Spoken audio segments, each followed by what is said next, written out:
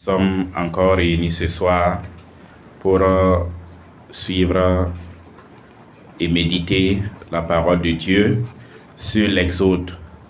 Voilà. Nous allons commencer par la première phase, la phase des exposés. Donc déjà, préparez-vous.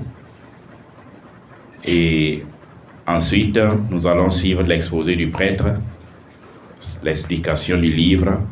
Et s'il y a des questions, voilà, vous allez les préparer pour avoir plus d'éclaircissement sur le livre de l'Exode que nous étudions ce soir. Donc, sans tarder, nous allons inviter ceux qui doivent lire leur exposé sur le chapitre 1, 2, 3, 4, 5, 6 à se mettre en place. Merci pour votre écoute attentive. Bonsoir à tous. Je suis Ouaré Hélène, épouse Saré de la paroisse Sainte-Faustine de Sartoana. J'ai le plaisir de vous présenter les chapitres 1 et 2 du livre de l'Exode. Le chapitre 1 comporte 22 versets subdivisés en deux parties. Dans la première partie, les Hébreux se multiplient en Égypte. Ça va du verset 1 à 7. La deuxième partie, les temps de l'oppression des Israélites en Égypte, les versets 8 à 22.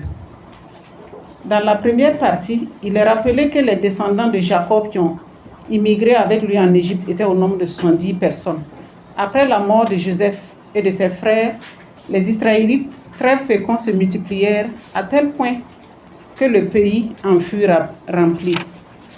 Dans la deuxième partie, le nouveau roi qui n'avait pas connu Joseph, craignant que le peuple d'Israël devenu plus nombreux et plus fort ne s'en prenne à eux en cas de guerre, imposa aux Israélites des corvées pour les empêcher de se développer davantage. Le pharaon ira jusqu'à ordonner au peuple de jeter dans le Nil tous les garçons israélites qui naîtront. Le second chapitre, quant à lui, comprend 25 versets subdivisés en 4 parties. Dans la première partie, nous avons Moïse sauvé les eaux par la fille du pharaon. La deuxième partie, le premier engagement de Moïse, qui va tuer un Égyptien pour défendre son frère israélite. Dans la troisième partie, Moïse en exil en Madian à cause de ce meurtre. Et enfin, dans la dernière partie, l'heure de Dieu, où Dieu entendit la plainte des Israélites et se souvint de son alliance avec Abraham, Isaac et Jacob. L'unité de thème qui se dégage est que Dieu libère ceux qui lui appartiendront. Les versets significatifs pour nous, c'est le verset 24 dans le chapitre 2.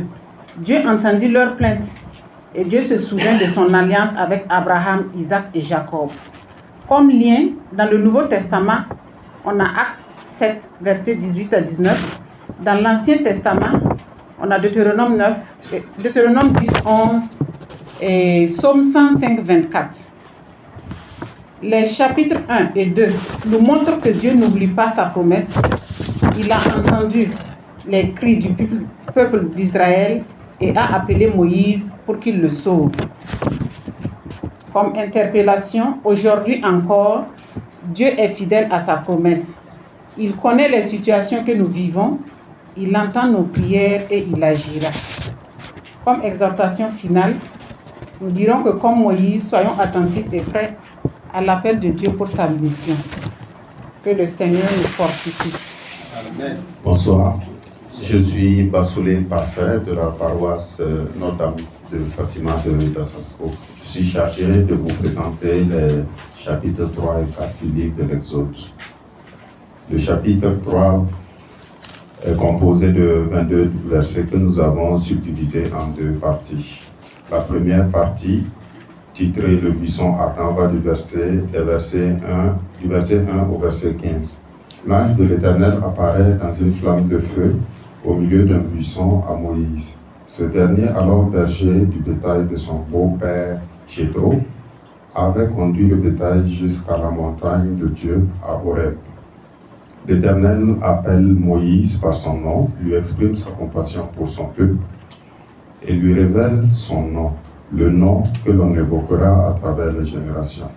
Surtout, Dieu annonce à Moïse son envoi en mission comme libérateur de son peuple éprouvés dans la fournaise d'Égypte, mais non détruits à l'image du buisson ardent.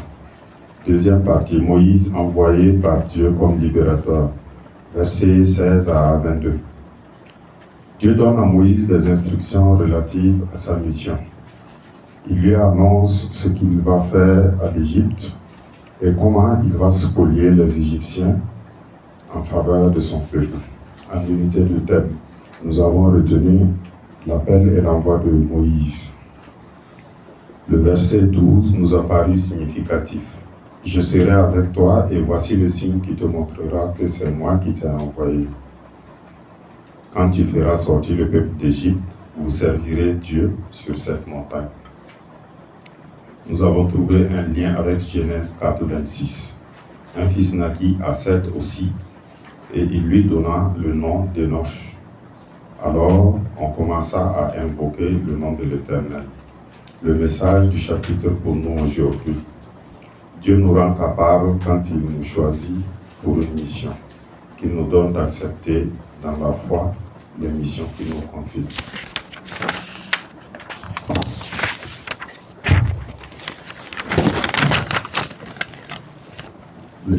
Le chapitre 4 est composé de 31 versets que nous avons subdivisés en 3 parties. Première partie, Dieu donne à Moïse les signes de sa puissance et lui adjoint Aaron.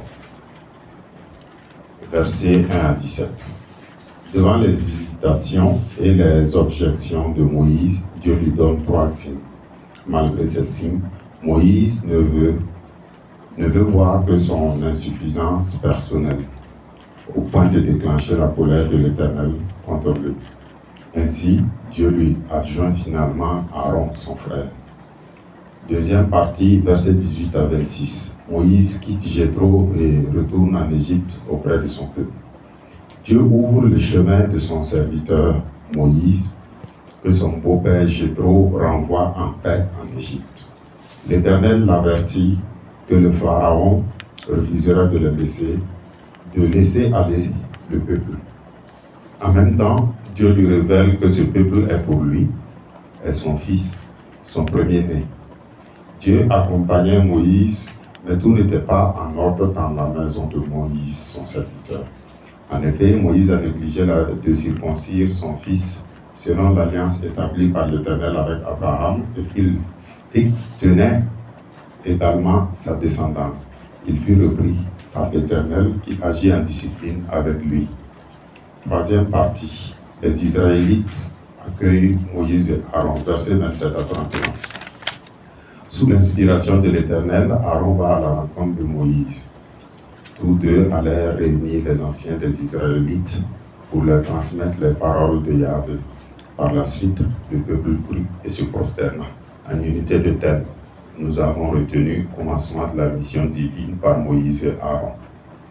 Le verset 31 nous a paru significatif.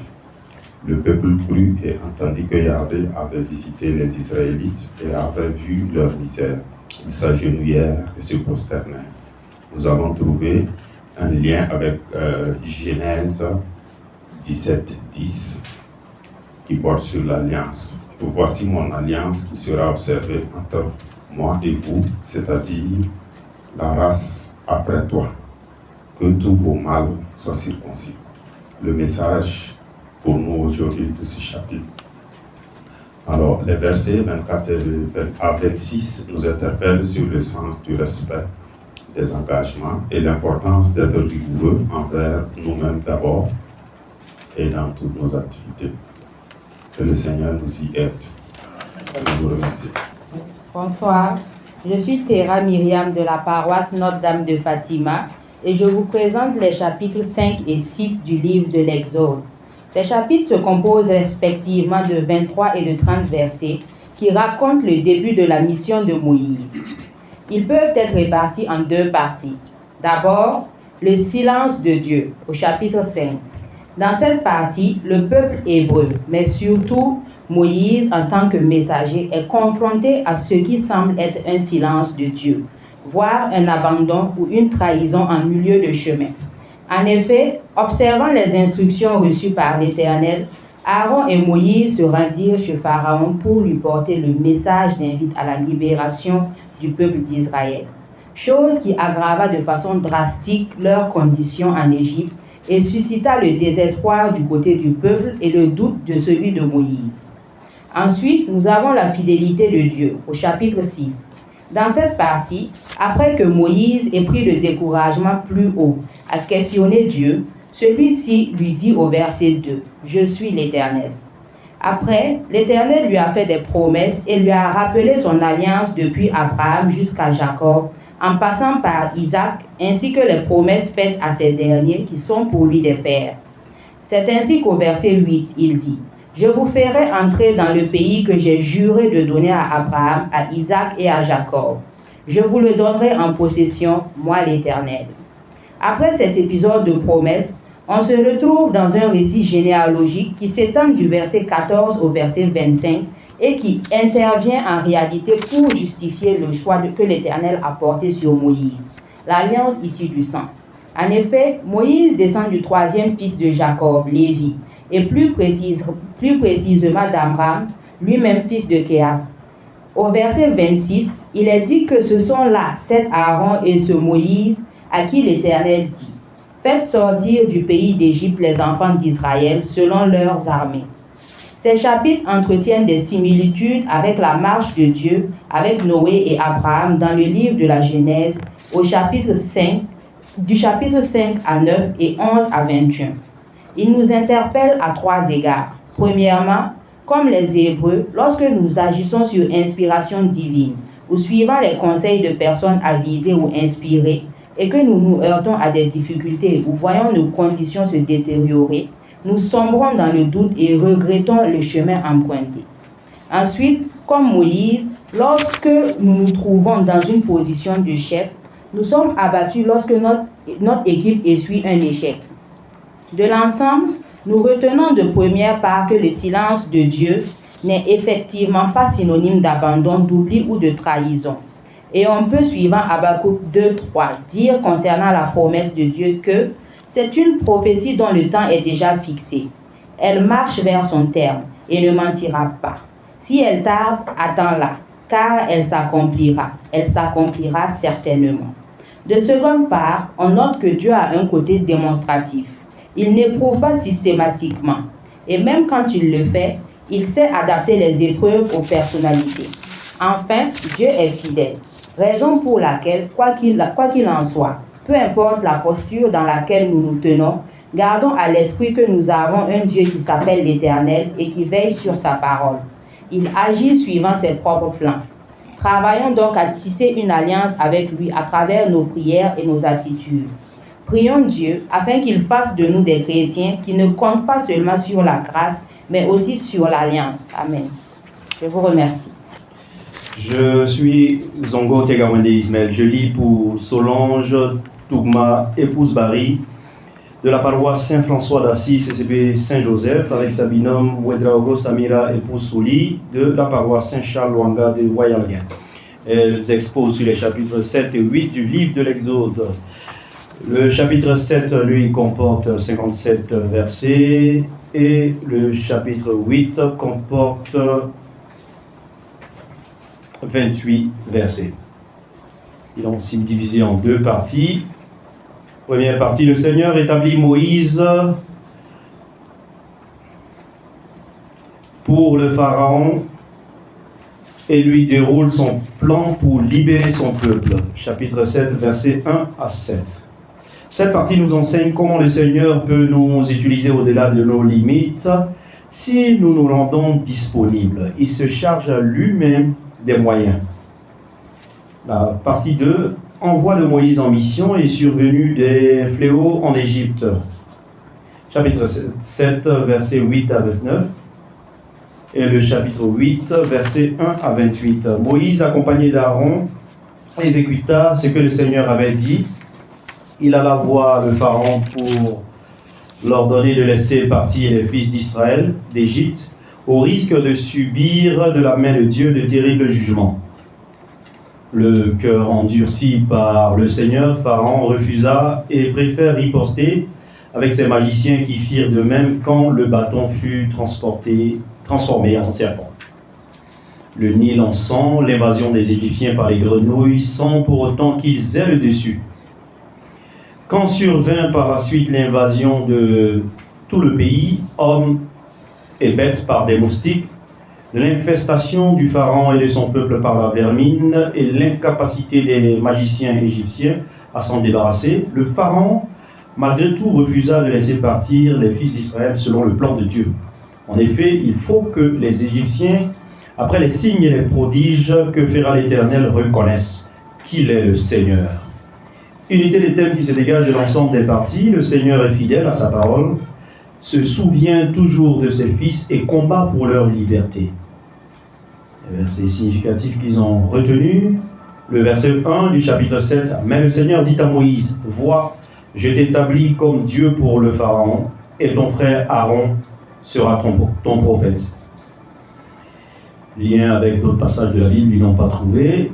Le message pour nous aujourd'hui, des pharaons, il en existe aujourd'hui. Ceux-ci peuvent être nos soucis, nos faiblesses, nos semblables qui nous persécutent par des exactions de toutes sortes, exploitation de l'homme par l'homme, des oppressions spirituelles, mais le Dieu qui était au temps de l'Exode est le même aujourd'hui. Il nous faut crier à lui faire confiance, il agira. Interpellation. Nous avons vu comment Moïse et Aaron ont exécuté scrupuleusement les ordres de Dieu. Aujourd'hui, la parole de Dieu est. Nous l'écoutons et la lisons. Elle nous interpelle à l'obéissance. Je nous interpelle à l'obéissance à cette parole, à la mettre en pratique et à remettre entièrement nos vies entre les mains du Seigneur. Exhortation finale. Rendons-nous disponibles pour l'œuvre de Dieu et obéissant à sa parole, et nous verrons qu'il ne va pas agir. Rendons-nous disponibles pour l'œuvre de Dieu et obéissant à sa parole, et nous verrons s'il ne va pas agir quand nous crierons à lui. Focalisons-nous sur la recherche du royaume de Dieu et sa justice, comme nous le demande la parole de Dieu dans Matthieu, en son chapitre 6, verset 33, et laissons le Seigneur se charger des restes. Que le Saint-Esprit nous y aide. Amen. Je suis Maman Nouveau de Gisèle de la paroisse Saint-Camille, coordination de la chapelle Saint-Samuel, CCB Sainte-Thérèse de l'Enfant Jésus de l'aéroport. Je suis chargée de vous présenter le chapitre 9 du livre de l'Exode. Ce chapitre est composé de 35 versets subdivisés en 3 petites parties, qui fait partie d'un grand thème qui traite les 9 fléaux que Dieu a envoyés en Égypte. Ce chapitre 9 spécifiquement traite les 3 de ces fléaux qui sont la mortalité du bétail, versets 1 à 7, les ulcères, versets 8 à 12, la grêle, versets 13 à 35. La mortalité du bétail. La mort du bétail est le 5e fléau, une épidémie qui a tué tous les troupeaux des Égyptiens, mais pas ceux des Israélites, car le Pharaon avait refusé de laisser partir les Israélites. Pour le 6e fléau, les ulcères ou les phyllones dans certaines traductions est une maladie de la peau qui atteint les Égyptiens et leurs animaux, puisque Moïse et Aaron ont lancé de la suie en l'air devant le Pharaon, qui a provoqué ces ulcères. Pour le 7e fléau causé par la pluie de grêle, Dieu les ordonne de nouveau à libérer son peuple, et si le Pharaon n'obéit pas, Dieu les menaça de toutes sortes de fléaux pour qu'ils comprennent que le Seigneur domine l'univers. L'unité du thème qui se dégage, Dieu qui éprouve en vue d'une conversion. Verset significatif, Exode 9, 27. Pharaon fit appeler Moïse et Aaron et leur dit, « Cette fois-ci, je reconnais mon péché. C'est le Seigneur qui est juste. Moi et mon peuple, nous sommes les coupables. » Lien avec d'autres passages de l'Ancien Testament. L'histoire de Job 1, versets 1 à 2 et 13. Les déportés de Babylone dans le livre de Jérémie 51, 13. Lien avec d'autres passages du Nouveau Testament. La mort d'Ananie, Acte 5, verset 1 à 6. Zacharie qui est devenu muet. Luc 1, 1 à 20. Si nous prenons le terrorisme, les tueries et les guerres d'aujourd'hui, comme une interpellation, un appel de Dieu à se convertir. Dieu permet justement ces événements pour que nous puissions nous convertir et devenir meilleurs, plus bons et réveiller notre foi, nous amener à plus de fidélité à lui, plus d'amour entre nous. Puisse Dieu nous donner la grâce de la conversion afin que nous puissions marcher sur le bon chemin. Bonsoir. Je lis l'exposé de Chantal de la paroisse de Dasasko, qui a l'honneur de vous présenter le résumé du chapitre 10 du livre de l'Exode, qui compte 29 versets et peut être subdivisé en 3 parties. Dans ce chapitre, Moïse se rend à nouveau devant le Pharaon pour lui demander de laisser partir les Israélites afin qu'ils puissent adorer leur Dieu dans le désert. Cependant, le Pharaon refuse encore une fois d'obéir aux demandes de Moïse. Alors, Dieu envoie une nouvelle plaie sur l'Égypte. Cette fois-ci, il s'agit d'un nuage de sauterelles qui envahit le pays, dévorant toutes les cultures et les récoltes. Les sauterelles sont décrites comme étant si nombreuses qu'elles obscurcissent le ciel et recouvrent toute la terre d'Égypte. Le Pharaon appelle Moïse et Aaron et leur demande de prier leur Dieu pour que les sauterelles soient retirées du pays. Moïse intercède auprès de Dieu et en réponse à sa prière, un vent d'ouest se lève et emporte les sauterelles dans la mer Rouge. Cependant, malgré cette nouvelle démonstration de puissance, le Pharaon ne change pas d'avis et refuse toujours de laisser partir les Israélites. Le cœur du Pharaon reste endurci. Moïse quitte devant Pharaon en annonçant la 9e plaie. Cette plaie sera l'obscurité totale pendant 3 jours. L'obscurité s'empara du camp des Égyptiens. Personne ne pouvait bouger ou travailler. Unité de thème, la désobéissance. Dieu nous parle très souvent par des signes pour nous montrer que c'est lui notre Créateur, notre Dieu. Et très souvent, face à notre égoïsme, Dieu est toujours patient. Pharaon a vu la main de Dieu agir, mais il reste toujours sur sa position de refus face à ce que Dieu avait dit à Moïse. Je retiens que la miséricorde de Dieu est toujours disponible, mais nous devons savoir dire oui à Dieu lorsqu'il nous parle. Je vous remercie. Ok, shalom à tous. Je suis Madame Sama Soumé M. Solange, paroisse Saint-Guillaume de Tanguin, CCB Saint-Antoine de Padoue. L'honneur m'est donné de vous présenter les chapitres 11 et 12 du livre de l'Exode. Ces 2 chapitres comprennent 61 versets, dont 10 du chapitre 11 et 51 du chapitre 12. Nous les avons divisés en 6 parties qui sont l'annonce de la mort des premiers-nés, 1 à 10 du chapitre 11, l'institution de la Pâque, 1 à 20 du chapitre 12, le sacrifice de la Pâque pour Yahvé, 21-28 chapitre 12, la mort des premiers-nés d'Égypte, 29-34 du chapitre 12, le départ d'Israël, 35-42 du chapitre 12, le rituel de la Pâque, 49-51 du chapitre 12. Premièrement, Yahvé annonce à Moïse la dernière épreuve qui frappera l'Égypte. Et lorsque cela arrivera, c'est Yahvé lui-même qui expulsera les enfants d'Israël. Le peuple Israël sera en deuil, car tout le pays, tout premier-né des hommes et du bétail mourra. Ce sera une grande clameur dans tout le pays. Mais les maisons d'Israël seront épargnées. Moïse parle ainsi au peuple d'Israël et les invite à demander des objets de valeur à leurs voisins. Deuxièmement, Dieu parla ainsi à Moïse et à Aaron. Le 10e jour de ce premier mois de l'année, que chacun prenne un agneau par famille. Ceux qui sont peu nombreux prendront l'agneau avec le voisin le plus proche de sa maison. L'agneau sera sans défaut, âgé, un mâle sans défaut, âgé d'1 an. Toute la communauté d'Israël l'égorgera le 14e jour au crépuscule et mettra son sang sur les 2 montants et le linteau des maisons. Chaque famille est ainsi placée sous le pouvoir du sang. Ensuite, mangez la chair rôtie en hâte, habillée en vêtements de voyage. Ce sang sera pour vous un signe sur vos maisons. Aussi, la fête des Azimes est célébrée en mémoire de la sortie des armées d'Israël en Égypte. Ce jour sera férié. Et pendant 7 jours, on mangera que des Azimes avec du pain sans levain.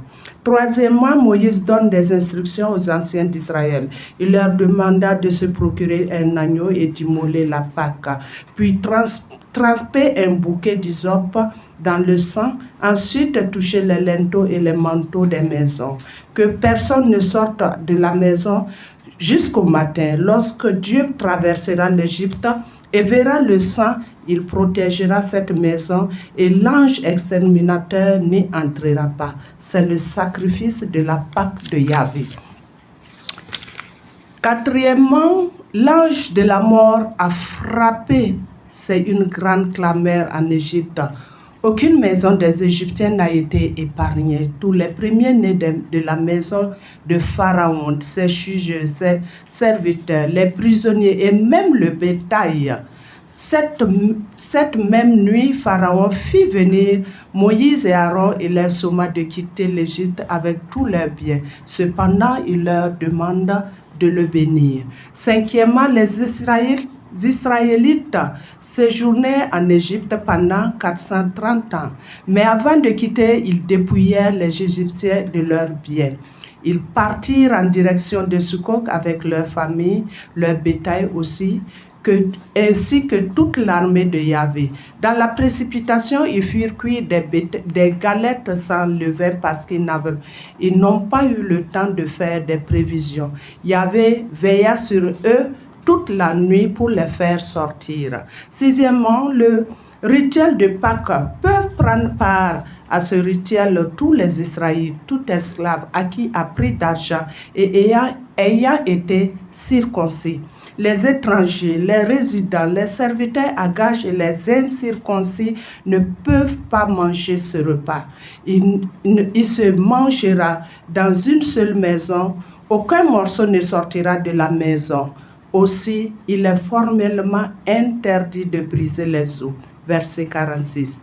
Et dans Jean, chapitre 19, 36, il est écrit « Ces choses sont arrivées afin que l'écriture fût accomplie. Aussi, de ces os, aucun de ces os ne sera brisé.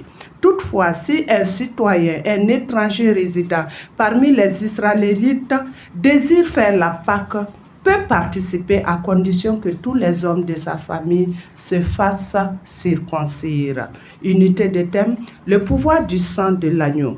Verset significatif, le sang, c'est le chapitre du chapitre 12. Le sang versé pour vous, le sang sera pour vous un signe sur les maisons où vous vous tenez.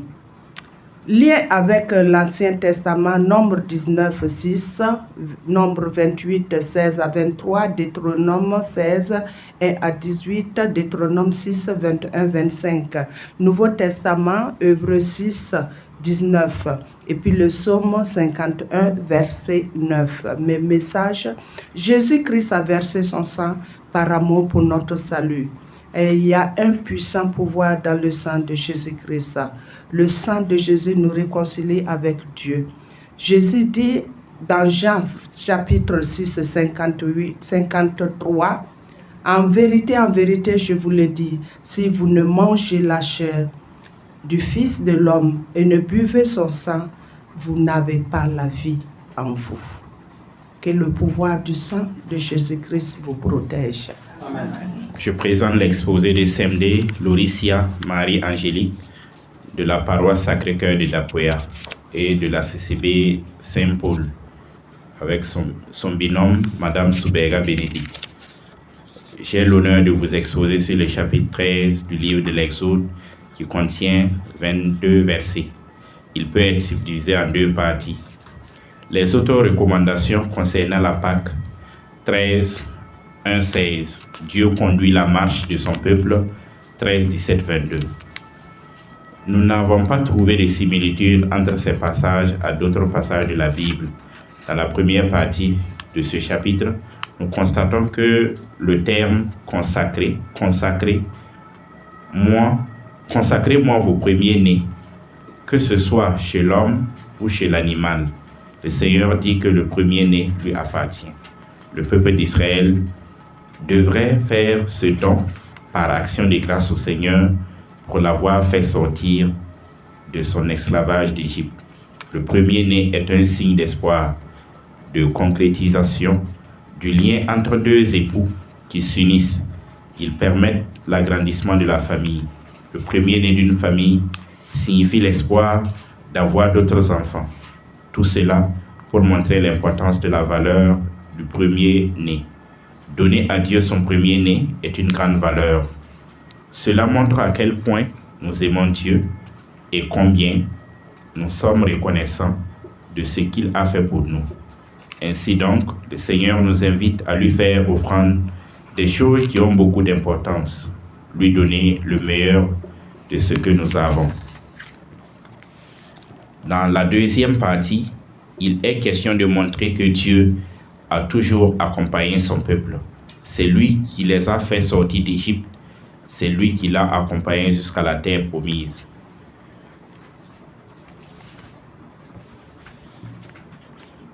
Le chapitre 14 contient 31 versets. Il peut être subdivisé en deux parties. La poursuite des Israélites par les Égyptiens. Dieu sauve son peuple. Les Israélites étaient esclaves en Égypte. Le peuple de Dieu, réduit à l'esclavage, à la souffrance par un autre peuple qui adore d'autres dieux et supposait que leur Dieu était plus puissant que celui des Israélites. Cependant, Dieu, sensible aux souffrances de son peuple, lui a envoyé Moïse, son serviteur, pour le libérer après 430 ans d'esclavage. Dieu voulait montrer sa puissance à son peuple afin qu'il ait confiance en lui.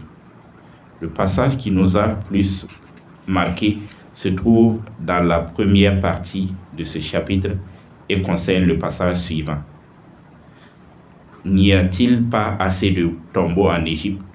Pourquoi nous as-tu amenés mourir au désert? Nous te l'avons bien dit quand nous étions encore là-bas. Laisse-nous, nous voulons servir les Égyptiens. Verset 11-12. Obtenir sa liberté n'est pas facile. Se plaindre à la moindre difficulté qu'on rencontre ne facilitera pas les choses. Préférer retourner dans notre ancien esclavage au lieu d'affronter les difficultés pour nous libérer est un manque de foi. Et c'est ce que les Israélites font en se plaignant. N'ayez pas peur, tenez bon. Vous verrez comment le Seigneur interviendra aujourd'hui pour vous sauver. Verset 13. Le Seigneur va combattre à votre place. Verset 14. Voilà la réponse de Moïse à la plainte des Israélites.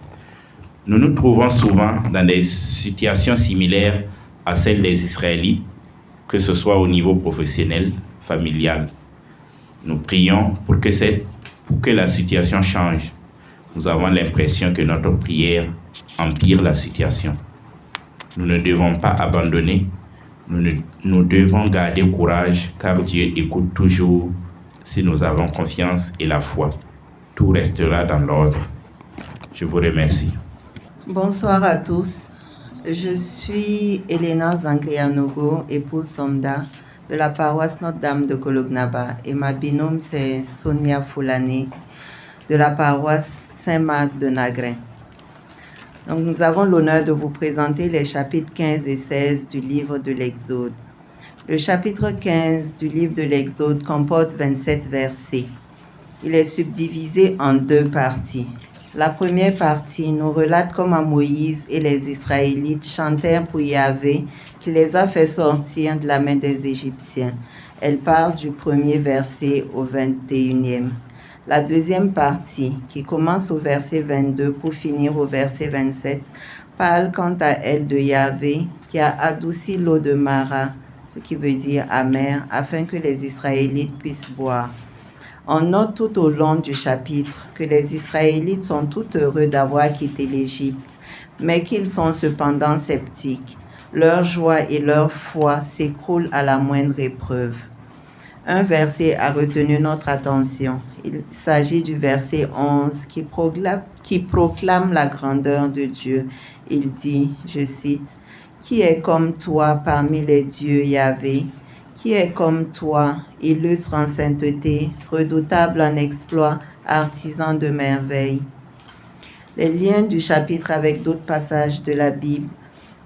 Donc nous voyons que dans plusieurs livres de la Bible, il est question de la grandeur de Dieu, des exploits qu'il a faits.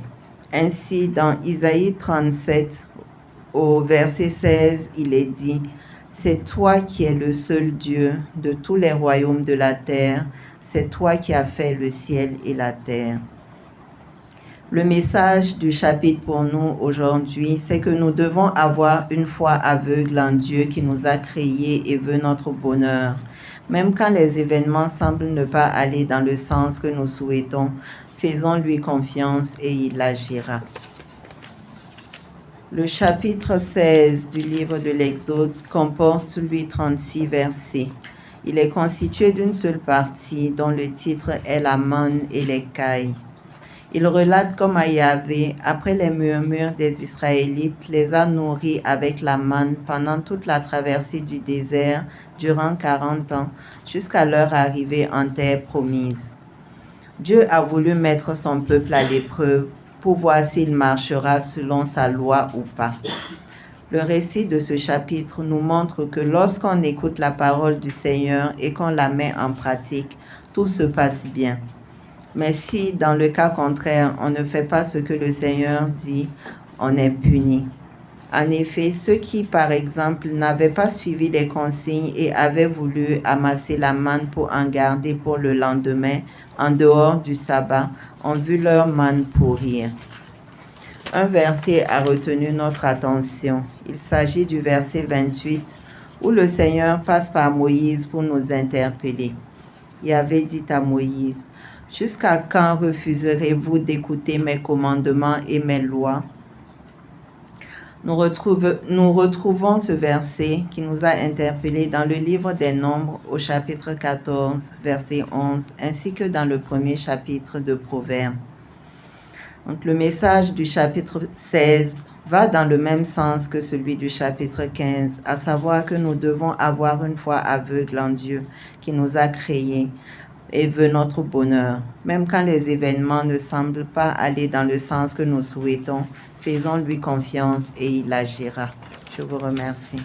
Bonsoir, je suis Madame Folané Sonia de la paroisse Saint-Marc de Nagrin et je vous présente pour le compte de Madame Nicole Ouedraogo Balkouma de la paroisse Notre-Dame des Apôtres, CCB Sacré-Cœur de Jésus, les chapitres 17 et 18 du livre de l'Exode. Le chapitre 17 est composé de 15 versets et se subdivise en deux parties, à savoir l'eau qui jaillit du rocher, versets 1 à 7, et le combat de Amalek contre Israël à Réphidim, versets 8 à 15. En grand A, on a l'eau qui jaillit du rocher, donc le verset 1 à 7. Après que les Israélites eurent mangé de la manne pendant 10 ans, toute la communauté partit du désert de Sin sur l'ordre de Yahvé et campait à Réphidim. Très assoiffé, le peuple récriminait contre Moïse. Yahvé dit alors à Moïse de frapper le rocher avec son bâton, et l'eau jaillit de ce rocher pour le bonheur du peuple. Moïse donna à ce lieu le nom de Massa, tentation, et Mériba, querelle, à cause de la contestation des fils d'Israël, et parce qu'ils avaient tenté l'Éternel en disant, « L'Éternel est-il au milieu de nous ?» En grand B, en deuxième partie, donc, nous avons le combat de Amalek contre Israël, les versets 8 à 15. Amalek vient combattre contre Israël. Moïse dit à Josué, choisis-nous des hommes et sors, combat contre Amalek demain, et moi je me tiendrai sur le sommet de la montagne, la verge de Dieu à la main. Versets 8 à 9. Josué fit donc ce que lui avait prescrit Moïse et sortit pour combattre Amalek. Il défie Amalek et son peuple au fil de l'épée. Versets 10 à 13. Les versets significatifs qui ont été retenus, c'est le verset 7. Et est-il au milieu de nous? Et le verset 9. Choisis-toi des hommes et demain sors combattre Amalek. Il y a des similitudes dans l'Ancien Testament, tout comme dans le Nouveau Testament. Les similitudes ou liens avec le Nouveau et l'Ancien Testament. Et pour l'Ancien Testament, c'est Deutéronome 25, 17 à 29. Dans le Nouveau Testament, c'est Jean 7, de 37 à 39 et Jean 4, verset 10. Dans les Actes des Apôtres, 19, verset 2 et 1 Corinthiens 10, 3 à 4. En conclusion, on peut retenir que le rapprochement de ces deux parties, à savoir l'eau jaillissant du rocher et la bataille d'Amalek livra à Israël,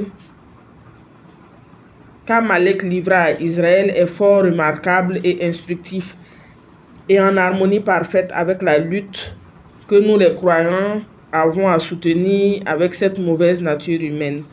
Que par l'intercession de notre très sainte Vierge Marie, notre Mère, le Seigneur nous ouvre les yeux à sa suite. Donc, le chapitre 18 du livre de l'Exode, quant à lui, est composé de 27 versets qui se répartissent aussi en deux parties, dont la rencontre de Jéthro et de Moïse sur l'institution de juges, versets 13 à 27. En première partie, on a la rencontre de Jéthro et de Moïse. Jéthro, sacrificateur de Madian, beau-père de Moïse, apprit tout ce que Dieu avait fait en faveur de Moïse et d'Israël, son peuple, à savoir que l'Éternel avait fait sortir Israël d'Égypte.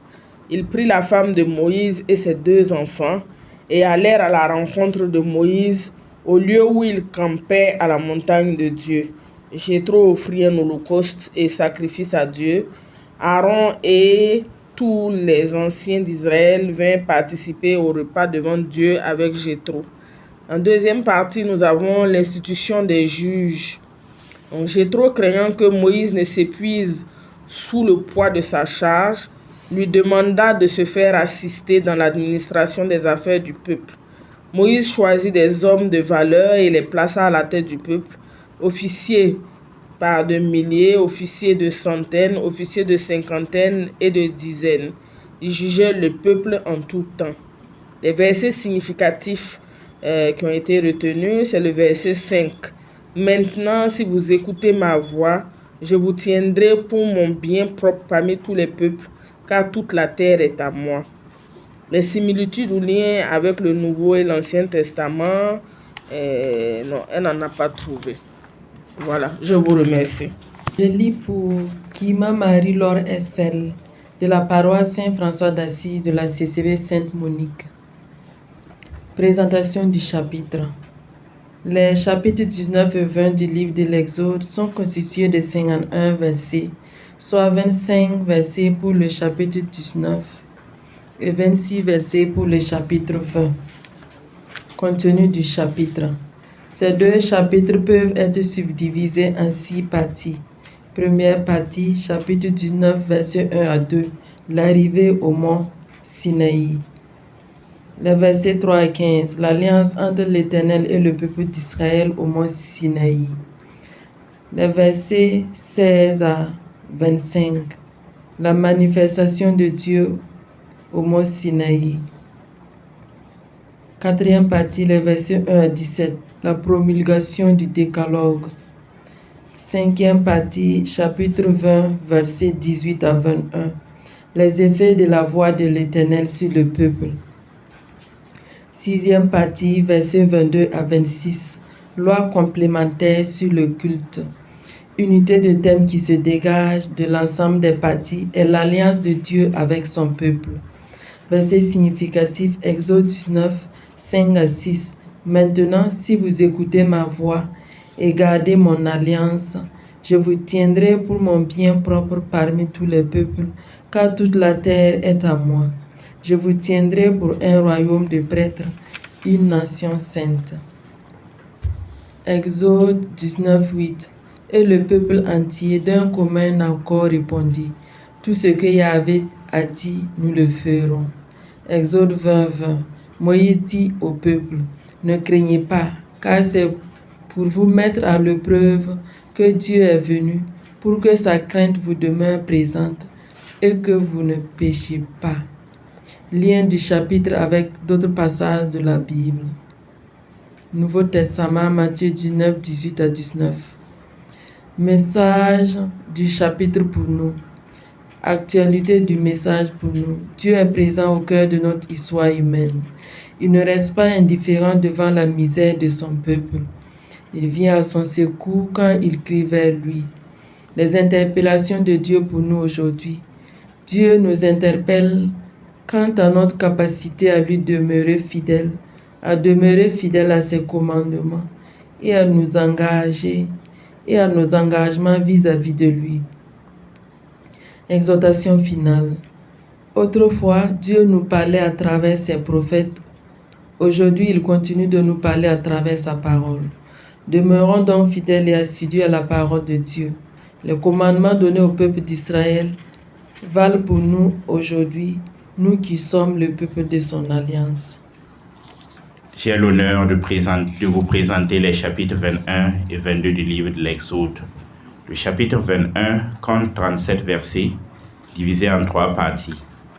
Loi relative aux esclaves, 1 à 11, homicide, 12, 17, coups et blessures, 18, 37. Des lois ont été prescrites pour permettre aux esclaves de recouvrir la liberté.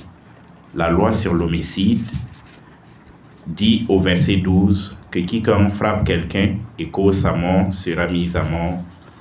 Au verset 15 à 17, qui frappe son père ou sa mère sera mis à mort. Quiconque maudit son père ou sa mère sera mis à mort. La loi sur les coups et blessures impose un châtiment égal aux dommages causés.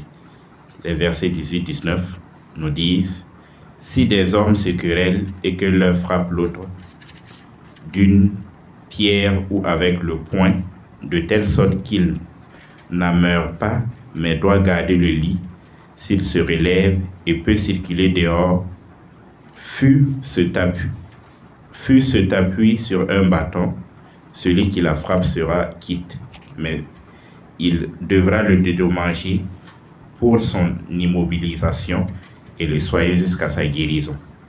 Verset 37 dit que si quelqu'un vole un peu ou un haillon, puis là-bas et le vent, il rendra 5 têtes de gros bétail pour le bœuf et 4 têtes de petit bétail pour l'haillon. Le chapitre 22 est un prolongement du chapitre 21 sur le vol d'animaux. Il compte 30 versets et peut être subdivisé en 4 parties. Délit donnant lieu à des dommages. 1-4. Viol d'une vierge. 15-17. Loi morale et religieuse. 19-27. Premier et première né. 28-30. Plusieurs délits donnent lieu à un dédommagement selon le degré du délit.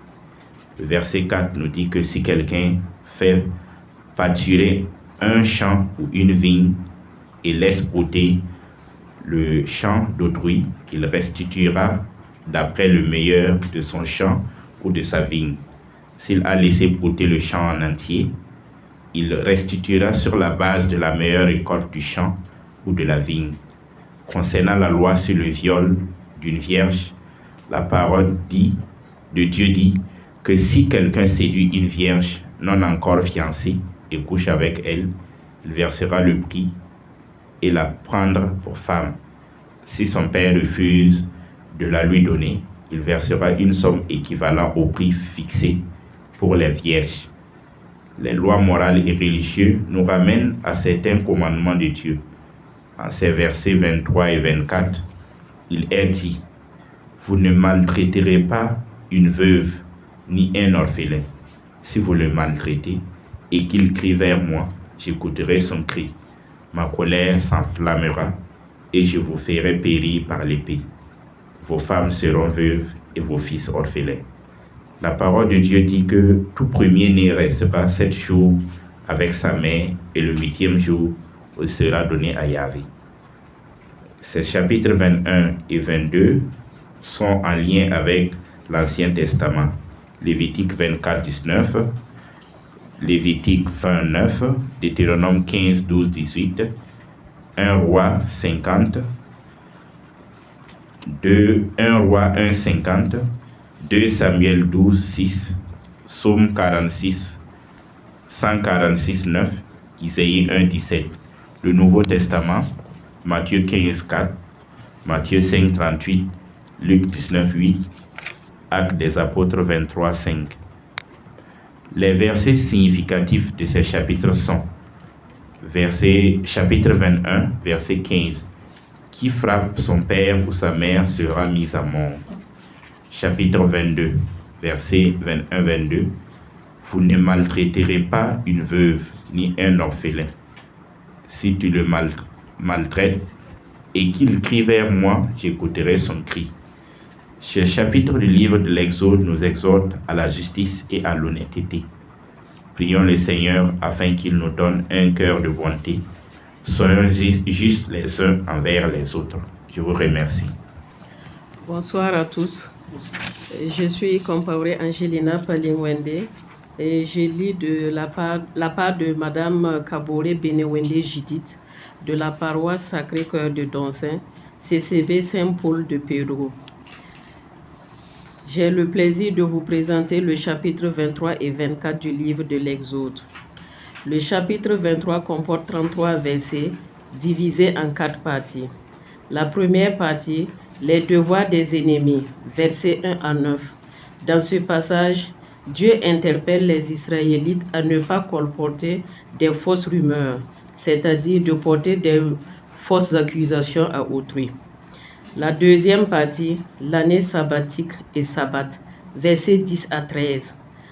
Dans ce paragraphe, Dieu donne un temps de repos, un temps pour travailler, un temps pour Dieu et un temps pour se reposer et se consacrer à Dieu. En troisième partie, les fêtes d'Israël, versets 14 à 19. Dans ce paragraphe, Dieu fixe un calendrier de fêtes aux Israélites 3 fois l'an. Dans la quatrième partie, promesses et instructions en vue de l'année de Canaan. Dans Exode chapitre 24, il comporte 18 versets divisés en 2 parties. La première partie, conclusion de l'alliance, versets 1 à 11. La deuxième partie, Moïse sur la montagne, versets 12 à 18. Comme verset touchant, nous avons retenu Exode 23, versets 20 à 22. Mais si tu écoutais bien sa parole et fais ce que j'ai dit, je serai l'ennemi de tes ennemis et l'adversaire de tes adversaires. Comme exhortation finale, Dieu nous exhorte à être attentifs à l'écoute de sa parole et à demeurer dans l'obéissance de ses commandements. Si nous demeurons en lui, il sera l'ennemi de nos ennemis et l'adversaire de nos adversaires. À Dieu toute la gloire. Je vous remercie. Je présente l'exposé de Herman Mamadou Yé de la paroisse Saint-Jean-Bosco, Dakar, Sénégal. Présentons le chapitre 25 et 26 du livre de l'Exode qui comporte respectivement, et le chapitre 25 peut être subdivisé en 4 parties. La contribution volontaire pour la demeure de Dieu, l'arche, le propitiatoire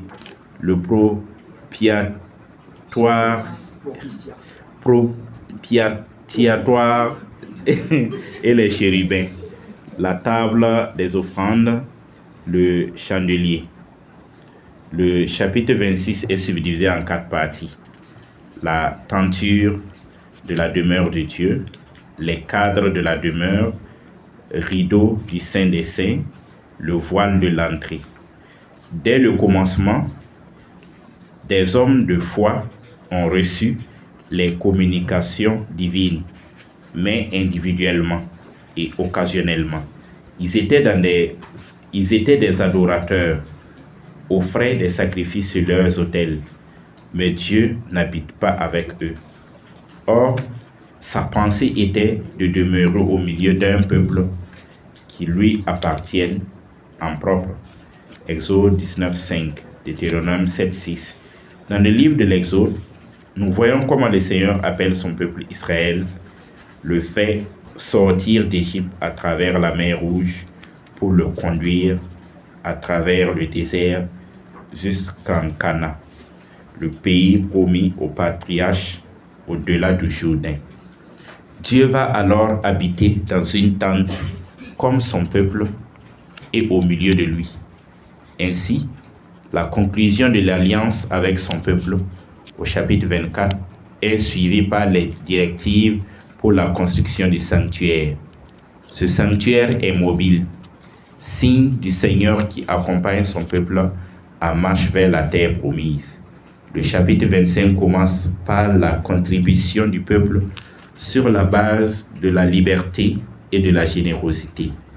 Ce sont des matériaux de valeur destinés à orner ce qu'il y a de plus précieux pour le sanctuaire, matériau qui est probablement celui pris aux Égyptiens au moment de leur départ d'Égypte. Dieu se présente comme l'architecte et Moïse le maître d'œuvre. Puis vient la description de l'arche qui est l'objet culturel le plus important. L'arche est destinée à recevoir le témoignage de Dieu. Ensuite, la table des offrandes destinée à présenter le pain offert à Dieu, ainsi que le chandelier qui doit signifier la présence permanente de Dieu. À noter que tout ce matériel doit être facilement transportable. Le chapitre 26 poursuit les descriptions du sanctuaire avec des tentures et des cadres. Le sanctuaire est décrit comme une tente, puis comme un bâtiment en bois d'acacia. La description qui suit concerne le voile qui sépare le sanctuaire en deux parties, le Saint et le Saint des Saints. La partie la plus sacrée du sanctuaire où sera placée l'arche. Toutes ces descriptions peuvent nous sembler lointaines et avec une signification dépassée. Elles indiquent pourtant le soin et la précision dans tout ce qui touche à Dieu, en particulier dans la liturgie. En effet, le sanctuaire se veut le reflet du monde divin et doit ainsi rendre compte de la grandeur de Dieu. La liturgie est ainsi le don de Dieu, le don que Dieu fait à son peuple, célébrer au Dieu. Nous avons retenu les versets suivants. Verset 1, vous recevrez la contribution de tout homme que son cœur y incitera. Verset 8, ils me feront un sanctuaire et je demeurerai au milieu d'eux. Lien du chapitre avec d'autres passages de la Bible. Lévitique 24, 5, 9, 1 Roi 6, 23, 29, Romains 3, 25, Hébreux 9, 1, 5. L'offrande correspond pour les croyants d'aujourd'hui à l'expression de l'amour et de la reconnaissance de leur cœur envers Dieu, pour son inexprimable, pour leur rédemption. Ce que Dieu a donné, nous le présentons à notre Dieu et Père en offrant de bon cœur. Que le Seigneur nous donne les moyens et les ressources pour pouvoir l'honorer et lui donner avec enthousiasme selon ses bénédictions qu'il nous a accordées. Je vous remercie. Bonsoir. Je lis l'exposé de Philibert Abga de la paroisse cathédrale CCB Saint-Pierre de Samandin. Il nous présente cet exposé sur les chapitres 27 et 28 du livre de l'Exode, qui comprennent respectivement 21 versets et 43 versets, qu'il a subdivisés en 4 parties. La première partie, l'autel de l'Holocauste, qui va du verset 1 au verset 8. Dans cette partie, nous apercevons que depuis le temps de Moïse, Dieu a institué son ministère pour lui offrir l'offrande, et c'est le Christ qui s'est offert en offrande pour nous pécheurs. Dans la deuxième partie, intitulée le parvis ou l'esplanade, qui s'étend du verset 9 au verset 19. Avec des dimensions précises, nos églises ont conservé et gardé ces valeurs avec l'évolution et la technologie du moment. À la troisième partie, intitulée l'huile pour le luminaire, qui s'étend du verset 20 au verset 21, lieu de recueillement par excellence décrété par Dieu à Moïse. Le Seigneur Jésus-Christ lui-même, par sa présence au tabernacle, sa lumière brille toujours dans son Église et nous fait vivre avec lui chaque instant de notre vie. Dans la quatrième partie, intitulée les vêtements et la consécration. Les vêtements de Aaron sont composés d'un pectoral et d'un éphod, une tunique brodée, un turban et d'une ceinture. Pour les fils d'Aaron, les vêtements sont composés de la tunique et de la ceinture.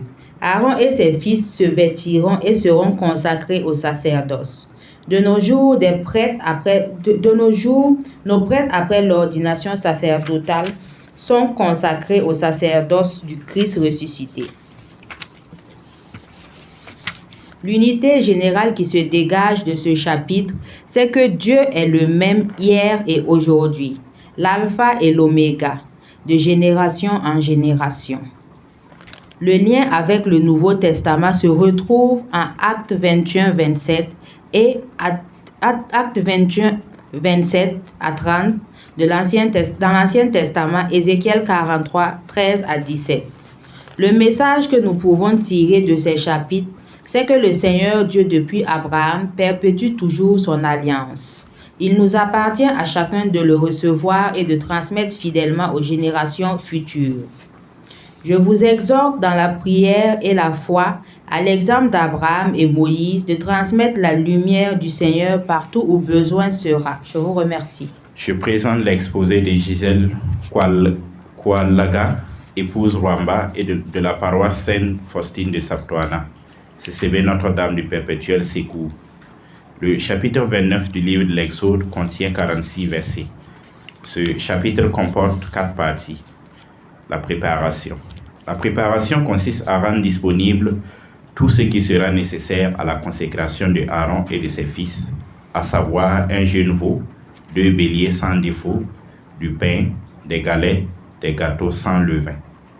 La purification, la vêture et l'onction.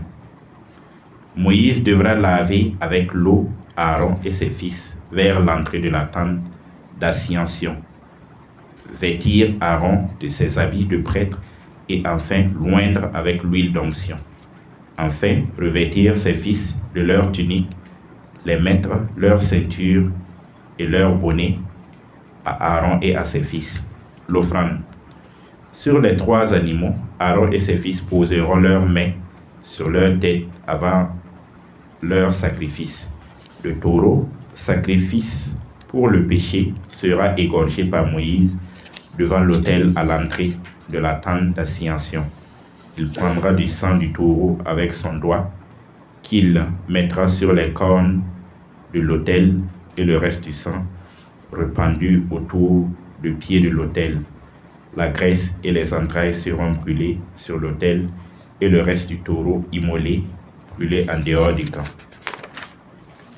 Le sang du premier bélier sera répandu sur l'autel et tout autour, et tout le bélier sera brûlé sur l'autel. Du sang du deuxième bélier sera mis sur le pouce de la main droite, sur le lobe, l'oreille droite, le gros orteil du pied droit d'Aaron et de ses fils. Le reste du sang répandu sur l'autel tout autour. De l'huile d'onction et du sang pris sur l'autel sera aspergé sur Aaron, ses fils et sur les vêtements. Tout le bélier sacrifié par élévation devant l'Éternel sera brûlé avec du pain, des galettes et des gâteaux sans levain, à l'exception de la poitrine et l'épaule qui appartient à Aaron et à ses fils, qui devront la manger, eux seuls uniquement devant la tente d'assignation. Enfin, un sacrifice d'expiation sera fait sur l'autel pendant 7 jours. Ainsi, l'autel sera sanctifié. L'offrande perpétuelle des prêtres,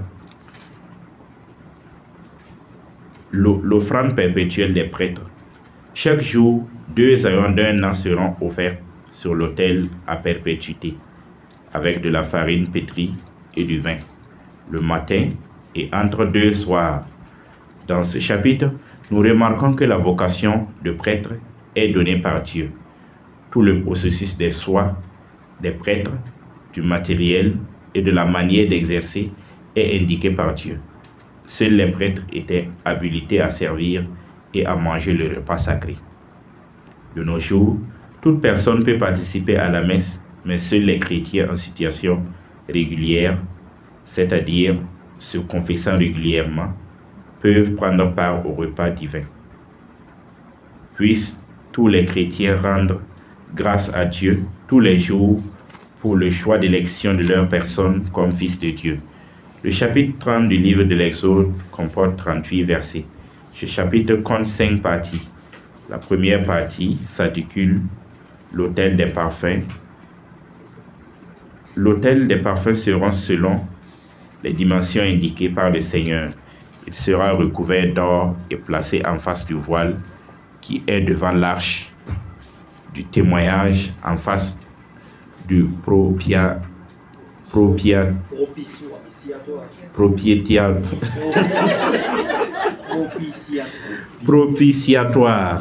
Aaron y brûlera du parfum odorifiant chaque matin au moment de la préparation des lampes et entre les 2 soirs lorsqu'il arrangerait les lampes. Il sera brûlé sur l'autel, rien d'étranger. Et une fois chaque année, Aaron fera des expiations sur la corne de l'autel avec le sang de la victime d'expiation. La deuxième partie, l'argent de la rançon,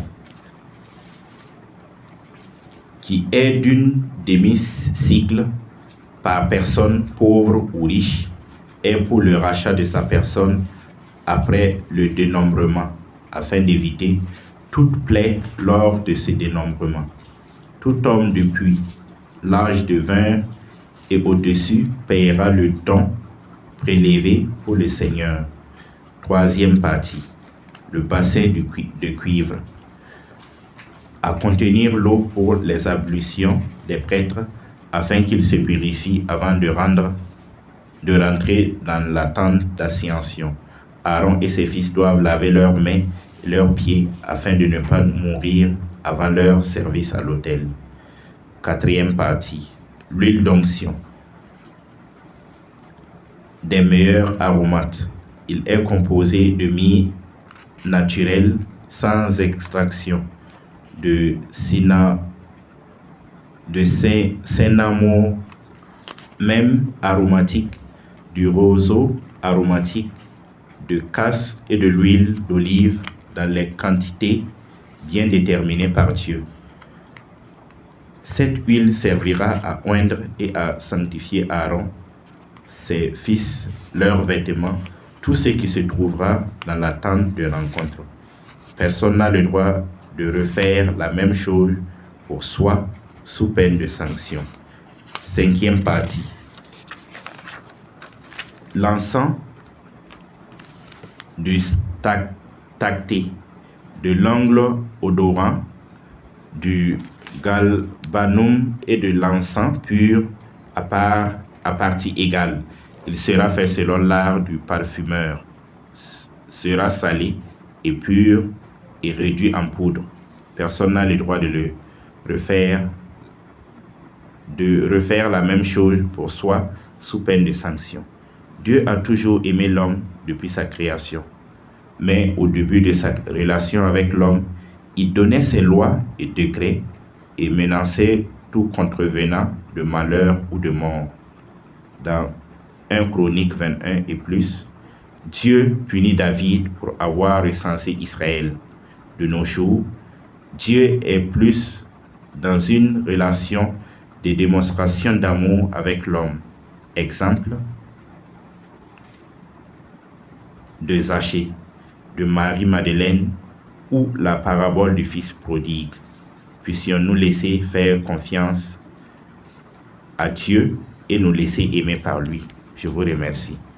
Bonsoir à tous. Je suis Ouedraogo Sandrine Véronique, membre de la paroisse de Tampouy Jean-Marie Vianney, CCV Sainte-Bernadette. Aujourd'hui, avec mon binôme Oulé Sophie de la paroisse de Saint-Ava, nous avons le privilège de vous présenter les chapitres 31 et 32 de l'Exode. Chapitre 31 du livre de l'Exode, il est constitué de 18 versets que nous avons divisés en deux parties, à savoir la nomination des artisans pour la construction du tabernacle, versets 1 à 11, l'importance du repos le jour du sabbat et la remise des tablettes de la loi, des tables de la loi à Moïse, versets 12 à 18. Le verset 3, il a rempli de l'Esprit de Dieu, d'intelligence, de savoir-faire, de toutes sortes de compétences, est très significatif pour nous.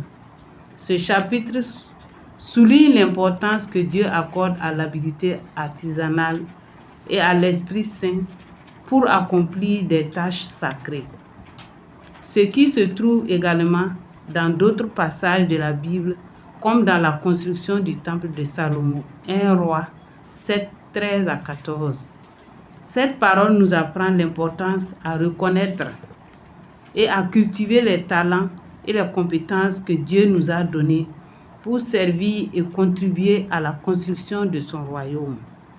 De plus, le rappel du repos, le jour du sabbat, nous invite à prendre du temps pour nous reposer et nous ressourcer spirituellement dans un monde souvent frénétique. Chapitre 32 du livre de l'Exode. Ce chapitre est constitué de 35 versets que nous avons subdivisés en deux parties, à savoir la construction du veau d'or et la colère de Dieu face à l'idolâtrie du peuple. Versets 1 à 14. Moïse brise les tables de la loi et la nouvelle prière de Moïse. Versets 15 à 35. Comme verset significatif, nous avons le verset 2. Aaron répondit, « Enlève les anneaux d'or qui sont aux oreilles de tes femmes, de tes fils et de tes filles, et apporte-les-moi. » Ce chapitre illustre le grave péché de l'idolâtrie qui est condamné tout au long de la Bible, notamment dans les 10 commandements, Exode 29, 3, 6, et dans les prophètes contre l'idolâtrie dans les livres des prophètes.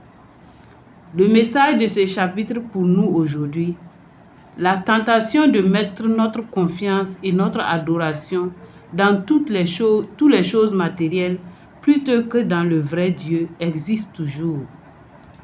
Ce chapitre nous met en garde contre l'idolâtrie sous toutes ses formes, nous rappelant de garder notre cœur et notre adoration entièrement dédiée au Seigneur.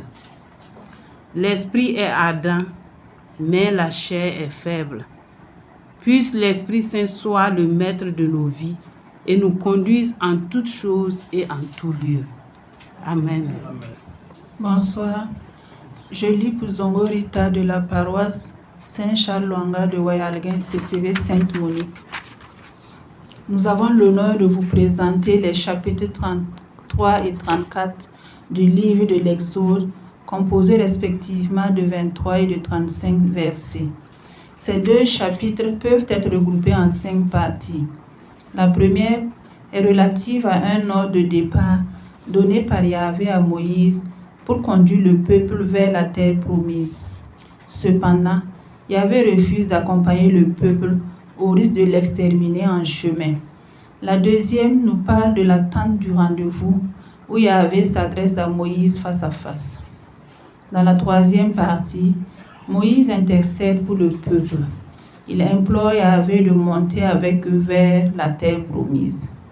Dans la quatrième partie, Moïse retourne sur le mont Sinaï sur convocation de Dieu.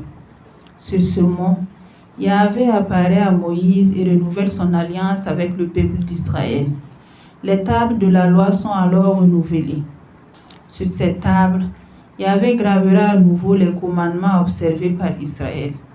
La 5e partie, enfin, nous parle du retour de Moïse de la montagne vers le peuple avec la gloire de Yahvé manifestée sur son visage. L'unité de thème qui se dégage de ces 2 chapitres est la miséricorde, la bonté et la fidélité de Dieu envers l'homme. Les versets significatifs sont les versets 6 et 7 du chapitre 34. Par rapport au lien de ces chapitres avec le Nouveau Testament, la gloire de Dieu manifestée à Moïse se manifeste aussi en Jésus-Christ et plusieurs passages du Nouveau Testament nous parlent de cette gloire. Confère Jean 1, 14, 11, 40, 2 Corinthiens 4, 4 à 6. On retrouve beaucoup de liens avec d'autres livres de l'Ancien Testament. Confère 1 Romains 14, 5, Lévitique 17, 1, Deutéronome 3, 24 à 26. Le culte au faux Dieu, assimilé à la prostitution, se retrouve dans Ézéchiel 16 et 23, également dans Osée 1 à 3. Le message qui se dégage de ces chapitres du livre de l'Exode pour nous aujourd'hui est que notre Dieu est plein de tendresse et se laisse toucher par nos prières. Il revient parfois de sa fureur avec nos supplications. Demandons donc au Seigneur la grâce de toujours nous tourner vers lui pour implorer sa miséricorde chaque fois que nous tombons dans le péché. Qu'il nous écoute et nous exauce. Amen. Bonsoir. Je suis Marc Nébier de la paroisse Saint-François d'Assise, coordination Saint-Paul, CCB Sainte-Cécile. J'expose pour Madame Kiemde Charlotte, de la paroisse Saint-Jean de Toudouégo, CCB Saint-Pierre. Elle expose sur les chapitres 35 et 36 du livre de l'Exode. Le chapitre 35, qui comprend 35 versets, est subdivisé en 3 parties. Du verset 1 à 3, les lois du repos sabbatique. Du verset 4 à 29, la collecte des matériaux. Du verset 30 à 35, les ouvriers du sanctuaire. Le chapitre 36, lui, comprend 38 versets et est subdivisé en 4 parties. Le verset 1 à 7, arrêt de la collecte. Le verset 9 à 19, la demeure. Le verset 20 à 34, la charpente. Et le verset 35 à 38, le rideau. L'unité du thème qui se dégage est la construction du tabernacle. Dans le chapitre 35, Moïse invite le peuple israélien à exécuter les directives données par le Seigneur. L'exhortation commence par le repos du sabbat, qui consiste à cesser toute activité pour un culte à Dieu. Alors Moïse leur dit de collecter des dons de matériaux et invite tous ceux qui sont habiles à fabriquer le tabernacle, des meubles et des vêtements pour les prêtres. Les Israélites rapportent des cadeaux demandés par Moïse. Le chapitre 36, quant à lui, rapporte que Moïse doit faire cesser les dons devant l'afflux de dons apportés, ce qui souligne la générosité du peuple. La suite décrit les différents éléments de la demeure. Le message de ce chapitre pour nous aujourd'hui est de respecter le jour du Seigneur et de participer activement à l'œuvre de Dieu dans nos paroisses. Que le Seigneur nous y aide. Bonsoir tout le monde. Je m'appelle Yaro Christiane, la paroisse Saint-Camille, CCB de 1200 logements. J'ai l'honneur de vous présenter les chapitres 37 et 38 du livre de l'Exode. D'abord le chapitre 37. Il est constitué de 29 versets et constitué d'une seule partie, la construction, de versets 1 à 29. La construction de l'arche, versets 1 à 9. Bécéléel filage en bois d'acacia qui est renforcé dans sa construction avec des piliers en bois appuyés avec des chérubins, aussi en or avec leur face tournée vers le propitiatoire.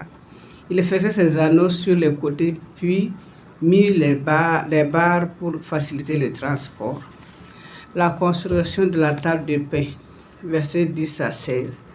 La table aussi fut construite en bois avec de bordures d'or tout autour et renforcée par des anneaux aussi en or.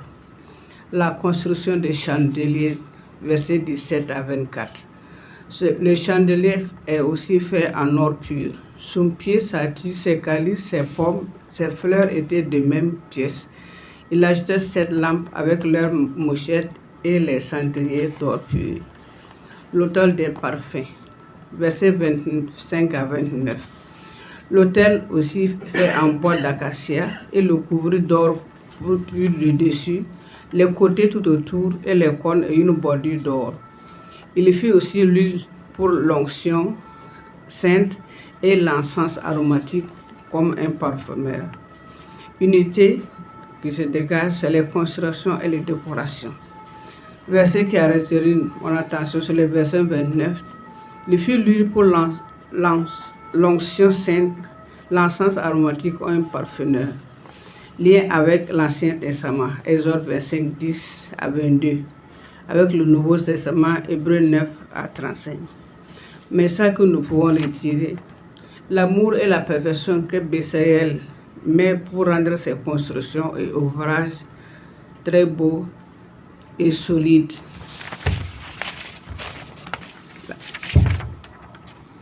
Le chapitre 37. Le chapitre 37 est constitué de 24 versets. Contient 24 versets et constitué d'une seule partie aussi. C'est la suite des constructions. L'autel des holocaustes 1 à 7. Il fit l'autel des holocaustes aussi en bois d'acacia. Ses 4 angles, ses cornes en bronze faisaient corps avec lui et tous les autres accessoires à la solidité de l'autel. Le bassin. Le bassin et son socle étaient en bronze avec les miroirs des femmes qui faisaient service à l'entrée de la tente des rendez-vous. Le parvis. Il fit le parvis au sud avec 100 coudées, au nord avec 100 coudées, à l'ouest 50, l'est 50 coudées et avec des renforcements des décorations des accessoires en argent en bronze. Le rideau qui entourait l'enceinte du parvis était en fin lin avec des socles en bronze et les triangles en argent. Le tout avec des renforcements, des décorations et des divers matériaux précieux. Le compte des métaux. C'est l'association des recettes et des dépenses engagées pour la construction de la demeure. Unité du thème, c'est la richesse des matériaux de construction investis dans ces édifices. Lien avec l'Ancien Testament, Exode 27, 1 à 8 et 21, 35, 4 à 10. Mais ça que nous pouvons tirer. Avant, c'est la communauté des biens. Chacun apportait ce qu'il peut et ce qu'il a pour la construction, pour la réalisation des œuvres de Dieu. Est-ce que nous, aujourd'hui, dans notre paroisse, notre chapelle, nos CCB, comment contribuons-nous pour la réalisation des œuvres de Dieu? Que Dieu nous aide à avoir un cœur charitable. Merci. Bonsoir. Je m'appelle Ouedraogo Samira, épouse Souli de la paroisse Saint-Charles-Luanga de Wayalguin, et ma binôme c'est Madame Barry Tougma Solange. Nous sommes chargés de vous présenter les chapitres 39 et 40 du livre d'Exode. Pour ce qui est du chapitre 39 du livre d'Exode, ce chapitre contient 43 versets subdivisés en 2 grandes parties. La partie 1, allant du verset 1 à 31 que nous intitulerons « Vêtements des prêtres » est subdivisée également en 5 sous-parties comme suit. La partie A, les fautes, allant du verset 1 à 7, qui présente la confection du vêtement caractéristique du grand prêtre, à savoir Aaron, conformément aux consignes du Seigneur. La partie B, le pectoral, allant du verset 8 à 21, qui présente les caractéristiques de la confection du pectoral du jugement, selon que le Seigneur avait ordonné à Moïse. La partie C, le manteau, allant du verset 22 à 26, caractéristiques de la confection du manteau de l'éphod selon les consignes du Seigneur. La partie D, les vêtements sacerdotaux, allant du verset 27 à 29, qui présentent les autres vêtements pour Aaron et pour ses fils. La partie E, l'incise sacrée allant du verset 30 à 32, présentation du diadème du grand prêtre selon l'ordre du Seigneur qui représente le signe de consécration. La partie 2, versets 33 à 43 que nous intitulons Livraison à Moïse des ouvrages exécutés. Cette partie nous montre que les Israélites, après avoir accompli exactement ce que le Seigneur avait ordonné à Moïse, offrent leurs travaux à ce dernier qui contrôle leur conformité à la volonté de Dieu avant de les bénir. Pour nous, l'unité du thème qui se dégage de l'ensemble des parties est celle de l'obéissance des Israélites quant à la confection des vêtements des consacrés tout en respectant les directives données par le Seigneur. Pour ce qui est des liens avec les autres passages, nous n'avons pas trouvé de lien avec les passages du Nouveau Testament. Pour ce qui est également des liens avec les autres passages de l'Ancien Testament, nous n'avons pas trouvé. Mais cependant, nous avons constaté qu'il y avait un lien entre le chapitre 28 de l'Exode et à partir du verset 6 à 30 et le chapitre 39, en ce sens que ce dernier est une mise en pratique des consignes et ordres du Seigneur mentionnés dans le chapitre 28. Pour ce qui est de l'actualité du chapitre pour notre temps, le chapitre 39 nous amène à avoir une meilleure compréhension quant à l'origine de la provenance et de la confection des ornements et objets utilisés lors des différentes célébrations eucharistiques et liturgiques, ainsi que le dressage de l'autel. Pour ce qui est de l'exhortation finale, à travers ce chapitre, nous sommes exhortés à toujours nous rappeler du caractère sacré de tous les ornements et objets utilisés lors des différentes célébrations eucharistiques et liturgiques, car leurs provenances sont issues des consignes du Seigneur même, s'ils ont été faits de main d'homme. Pour le chapitre 40, le chapitre 40 contient 38 versets divisés en 4 grandes parties. La partie 1 allant du verset 1 au verset 15, intitulée « Érection et consécration du sanctuaire », nous relate les directives données par le Seigneur quant au dressage et à la consécration de la tente du rendez-vous. On y retrouve également la consécration des prêtres, notamment au verset 12 et 15. La partie 2, du verset 16, verset 33, l'exécution des ordres divins. Il est fait mention ici que Moïse exécuta scrupuleusement les ordres du Seigneur quant à l'installation du sanctuaire. La partie 3, du verset 34 au verset 35, la présence glorieuse du Seigneur. Cette partie nous montre comment la gloire du Seigneur remplit la demeure sacrée. La partie 4, verset 36, verset 38, le Seigneur guide Israël. Il nous a montré comment le Seigneur se manifestait pour guider son peuple vers le pays promis. Pour ce qui est de l'unité du thème, nous notons dans ce chapitre que la fidélité minutieuse aux ordres de Dieu procure au sanctuaire une aura divine. Pour ce qui est des versets significatifs, nous n'avons rien retenu. Pour ce qui est des liens également avec les autres passages, nous n'avons rien retenu. Cependant, non, plutôt pour ce qui est du lien avec le Nouveau Testament, nous n'avons rien retenu, mais pour ce qui est de l'Ancien Testament, nous avons trouvé un lien avec le chapitre 29 du livre d'Exode en son verset 7, relatif également à la consécration unique d'Aaron. Pour le message d'aujourd'hui, l'actualité, le chapitre 40 nous amène à comprendre qu'il faut toujours une sanctification et une consécration absolue des personnes et même des objets à utiliser pour servir Dieu. Dieu nous interpelle à travers ce chapitre à être fidèles aux directives que nous recevons de lui. Comme exhortation finale, nous pensons que nous sommes exhortés à être à l'écoute et à être obéissants aux directives et à la volonté parfaite que nous recevons du Seigneur pour pouvoir savourer pleinement sa présence en nous, afin d'être guidés et bénéficier de ses promesses dans notre vie. Je vous remercie.